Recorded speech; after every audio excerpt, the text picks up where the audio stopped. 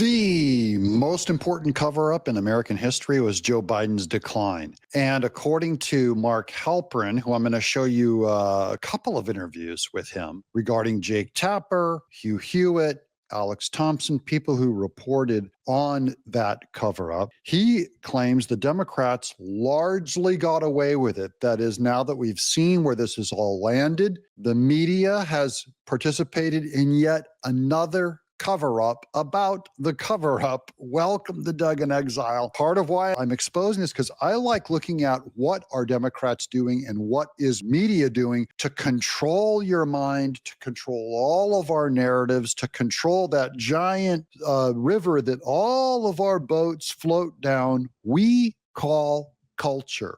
Now, here's Hugh Hewitt interviewing Alex Thompson and Jake Tapper. This is on the Mark Halperin show. I want to start in the Manhattan home of Carrie Fowler and Amy Goldman Fowler on September 20th, 2023.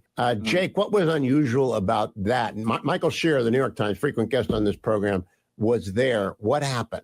But where we are is what I've laid out here are 6 different events, and hundreds of people know that the president has fallen into infirmity. Is that fair, Jake?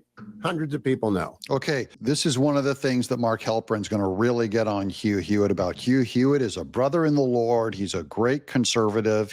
I was friends with him a long time ago, back in the early 2000s. He'd have me in his studio, and I really look up to him as a journalist. However, he is underlining Jake Tapper's lie that only hundreds of people around Joe Biden knew about his decline. And that is a media narrative. And Hugh Hewitt should know better and should be piercing the living daylights out of that lie. But instead, he's underlying it, giving Jake Tapper, I don't know if it's the benefit of the doubt or his own claim, because this whole thing falls apart if you reject that all of us saw Joe Biden's decline from 2019, 2018, that he was inappropriate to be president. So Hugh Hewitt, in a way, is saying, yeah, no one could see it until, 2023. I would say it's fair to say that as of what's going on in the fall of 2023, and early 2024, hundreds of people see moments of serious addlement that cause various degrees of concern.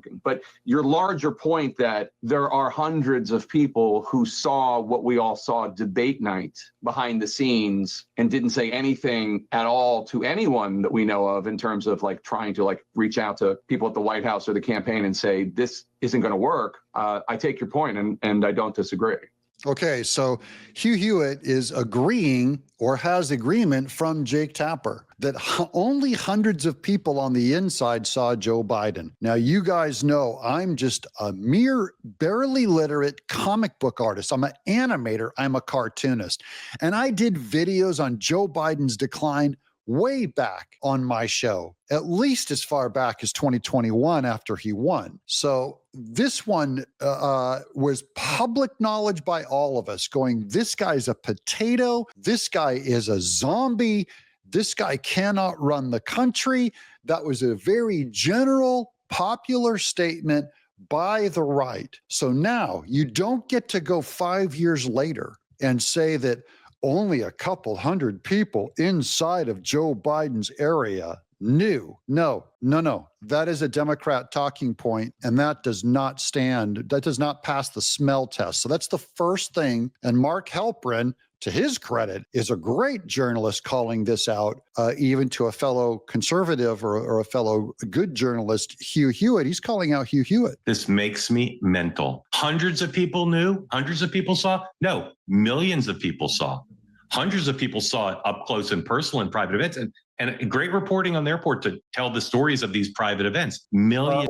Why? Thank you. We did report on this ourselves. So he's crediting us who have reported on this thing all along. And I'm only saying, all of you common sense people, you all saw it too. In fact, if there's anyone there in my audience who didn't see it, we're not going to make fun of you or anything, but let us know in the comments below.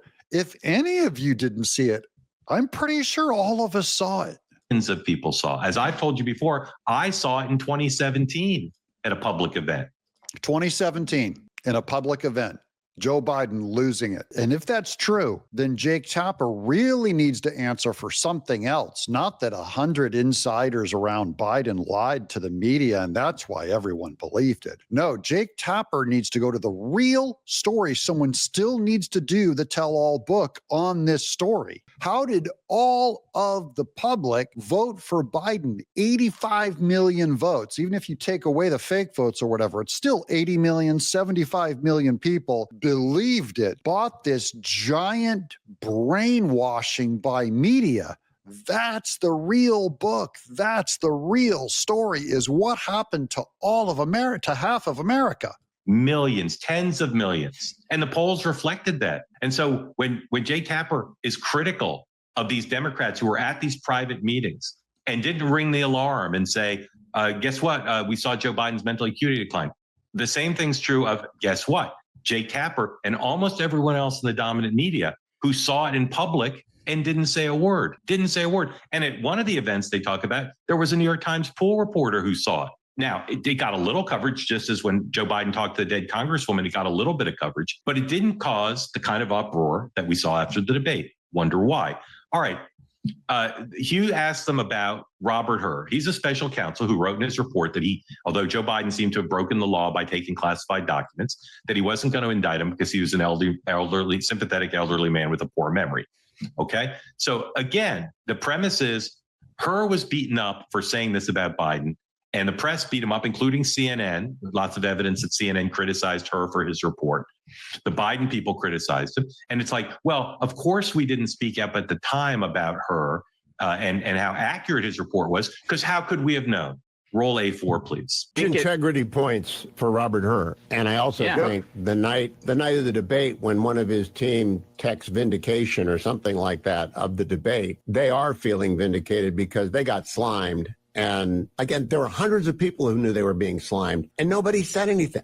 This is about Robert Hur during the debate. This is the guy that came out and said, look, Joe Biden is in decline, and everyone came out and criticized him, calling him a backstabber and all that against Biden. And he said Biden was so old, we wouldn't even bother to prosecute him about the files found at Biden's house. That's the narrative. Hur texted someone during the debate the word vindicated, meaning he was found to be true, and everyone at CNN, including Jake Tapper, were proven to be liars. That is, Hur was just seeing what everyone else said. This is a man in complete mental decline. Astonished that nobody who knows steps up and says, no, Mr. Hur. Again, makes me mental. Hundreds of people knew and didn't say anything in defense of Hur? No, millions of people did. And so he's correcting Hugh Hewitt. Hugh Hewitt said hundreds of people knew and Hur was vindicated. No, as Mark Halperin here says, millions of people knew. Everyone knew. So now comes my question to all of you. When do you tuck your tail and start lying when everyone's against you? That's really what this is about. Bravery, truth-telling. Are you willing to be the only ass in the room that tells the truth when everyone else is lying? It's the little kid saying the emperor is naked. The emperor has no clothes. And this is about all of culture, making all of media, Democrats, and even Hugh Hewitt carve on this point and go, yeah, Jake, seems to be just hundreds of people, not ma and ma, not common people. Not people with a third grade reading level who could see it, who clearly saw it in America. Normal people, people at your church, people in a trailer park, people who drive truck for a living, coal miners, normal people, comic book artists, normal people. It was not such an amazing deception. It was in public. It was a terrible lie. It was a thin lie. It was a nearly unbelievable lie they tried to get you to believe. So what happened? En masse, some giant mass brainwashing cowardice took place. Many of us did say, Hur's report seems accurate based on what we've seen in public. And yet again, I say with respect to Hugh, aiding and abetting the mythology that the Hur report was, quote unquote, rightfully dismissed at the time, because how could anyone have known that Hur's characterization of Joe Biden was accurate? It just doesn't make any sense. All right, another example, Alex Thompson talking to him and saying, okay, like Democrats had this incentive to cover things up. Democrats had the incentive to not speak out. Here's Alex Thompson on that. Because all the incentives were geared towards not saying anything. Donors didn't want to say anything because they didn't want to be attacked by the Biden folks. Democratic leaders who saw moments basically felt that by speaking out, they were going to end up like former Congressman Dean Phillips and basically be driven out of Congress. The threat that a lot of Democrats believe, I think sincerely, that Donald Trump is an existential threat to democracy. Okay, we're going to sit here on Alex Thompson for just a minute because he's going to, Mark Halperin's going to come in and nail him. But Alex Thompson is one of the few over at Axios, a liberal, that wrote about Biden's decline before the debate and said, Biden's in decline. We as Democrats are in trouble. So Alex Thompson gets a very small credit as a journalist, the only one to come out and say that. And that's why he got this book deal, Original Sin. They came to Alex Thompson and he is made millions of dollars on this book deal because he was the only one and the first one in the major left side of media to come out before the Biden-Trump debate and say there's something wrong with this guy. He is in decline. He can't run again. Okay, so hats off to that. Here's where Alex Thompson is just another reptile Democrat. He was given that book deal, and it's obvious he did all the legwork,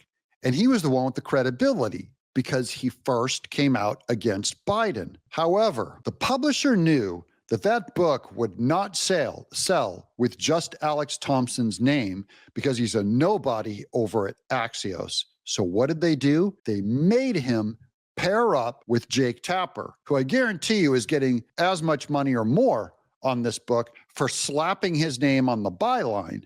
And then Jake Tapper would be able to come out and cover himself as a ball-breaking journalist who saw this before anyone. When Tapper was anything but, Jake Tapper was the media establishment. And so if this is about compromise, remember guys, this is about moral compromise.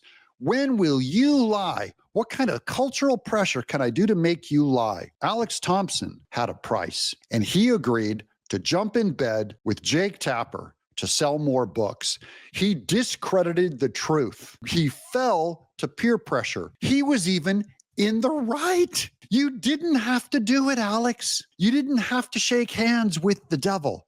And you did, just for book sales. And you end up discrediting your own project because Jake Tapper is exactly what your book is about, on the lie. So that's where I'm going farther with this thing, is Alex Thompson is guilty too. And if you believe that, you can rationalize anything, including putting a person that you know is not up to 4 more years in the Oval Office. Again, Alex Thompson's words apply. He's correct to donors who saw it and didn't say anything.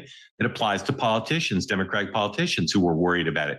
But guess what? It also applies to the media. The exact things he said. The incentives for the media, just like the incentives for the Democrats, don't say anything, even though we all can see it, because you'll help Donald Trump win. That's not the proper role for the media. It's not the proper. They act in this whole book, in this whole interview. And again, I say sadly, Hugh aids and abets them. They act like Biden's decline was some sort of long-running secret that they had privately, that the small group, or several hundred, and say it's small or not, that they secretly knew it and they didn't say anything. Guess who also knew it secretly and didn't say anything? The media. Guess what this book does to hold the media accountable? Nothing. Nothing.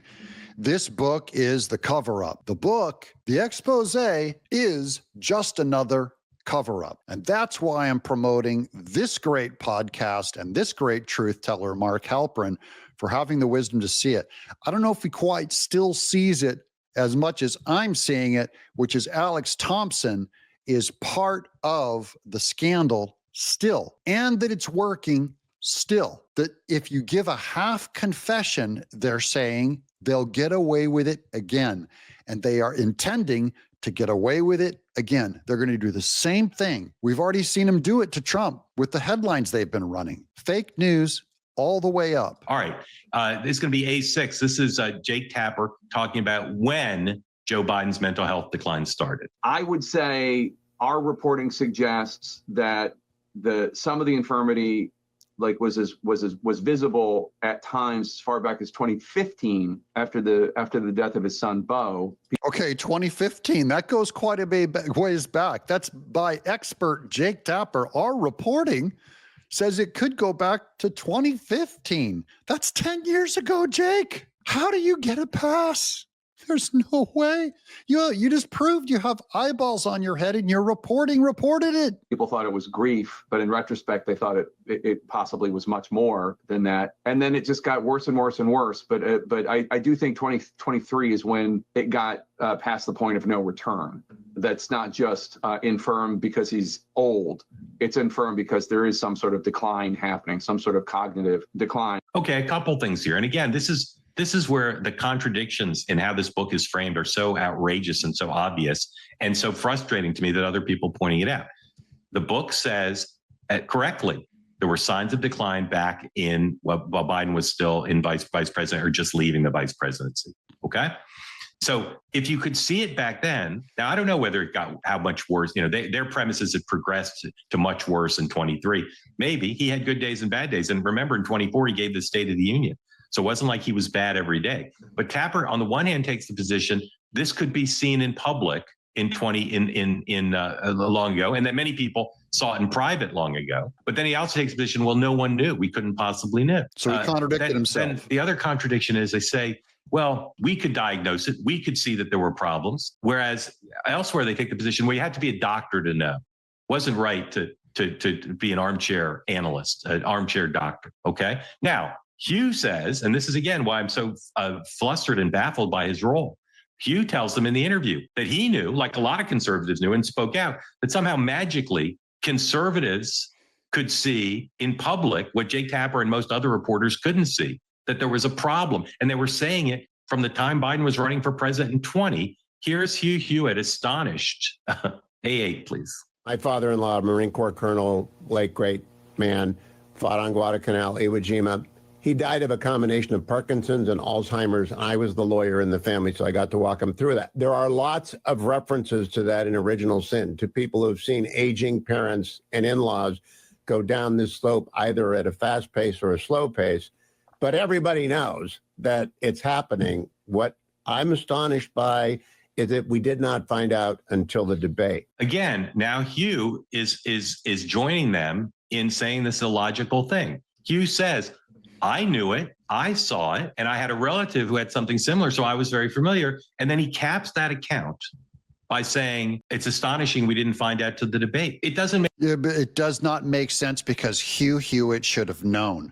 And Hugh Hewitt should have nailed Jake Tapper in that interview that all of us saw it in public. It would change the entire nature of the interview from promoting a book. And Hugh, as a journalist, used to be a little harsher, a little tougher, a little more hard-hitting journalism. And now this is a book review, and I get it. You want to have guests on your show, but you're not helping anyone by soft-selling the largest corrupt cover-up in American history. That's where my heroes like Hugh Hewitt are letting me down. Now I'm going to get to another one. This is the same Mark Halperin being brilliant I'm wondering with Britt Hume. Watch this. how you see the arc of liberal media bias from Clinton to Trump, and that's obviously a PhD thesis topic. But is it worse now than it was back when Clinton was president? Has it gotten worse? And what accounts for the degree to which, even in the age of transparency, most of our major news organizations can be so biased? This is Britt Hume. Well, I think it's gotten worse, Mark. I'm sorry to say. And part of it is I think that people get into journalism for differing reasons. And when I was coming along, people got into journalism. In my case, it was because I couldn't find any other job at the time. But a lot of try being a cartoonist, Britt Hume. Try making a living on comic books. I'm flocking to journalism too, and I love it. I think a lot of reporters thought it was interesting. In those days, the custom of neutral news coverage was deeply ingrained, and that's how you were taught to cover the news. And if you let any bias or opinion slip into your copy, it would be X'd out, and you would be criticized for it. And this is the old school journalism that Hugh Hewitt was raised in. He's an old school news guy, old school. He was raised under this discipline. So what happened? What happened to the old journalists that are now helping Jake Tapper and Alex Thompson soft pedal a book. Just journalism across the board is a useless industry. Although I'll give Mark Halperin here credit on his great little podcast. He's not writing up a newspaper article anymore, thank God, because the editor would probably wipe all of this out. Independent media is the real key to saving journalism. What we're doing, what all these guys are doing on podcasts is what it's about. There's no more protection for Jake Tapper. A guy like me can have 100,000 people a day hearing me shred Jake Tapper. By the city editor or by your editor, whoever it was. And I think that tradition has faded. And I also think that the arrival on the national scene of Donald Trump has accelerated the process, because if you were trying to design somebody that journalists would not like, you could hardly do better than Donald Trump. You know, rich, crude in some ways, vulgar, full of braggadocio, not really a liberal, and except in some ways before he really got into politics. He gets this a little bit wrong too. It was Donald Trump broke him, but I was there during the George Bush years, even the Dole years, George Bush, Romney. Media has always called the Republicans Nazis and Hitler and racist and all that. Trump, it wasn't just his rudeness, because we've had other rude individuals before. Bill Clinton was the rudest of all. Look what he was guilty of. He gave Juanita Broderick a black eye. Like there was nothing more deplorable than him. And Trump was coarse. Trump was a lot of things, but the biggest thing that Trump was, he was a threat to the establishment because he did not care about the old traditions of both sides. Keep your mouth shut and just don't break any furniture. I don't care that some of they're going, I don't care that some of the furniture is corrupt. We have to maintain this furniture. I'm like, hey, it's full of black mold. You got to pull some of it out. Even if it's Republican, you have to pull some of this black mold furniture out. It's bad for people. They're going, no. Don't touch the furniture. Just change the cups and saucers that are on top of the furniture. That don't cut it anymore. And I just want to do this report to help you guys see how journalism works, how journalism has completely failed. It will never come back in its old form of editors and newspapers because they failed their charter. They discredited themselves for life. And there's too much going on right here on YouTube, on Twitter, on independent media. That's why we're excited about bringing you the truth every day. And I hope you've subscribed. I'm Doug in Exile.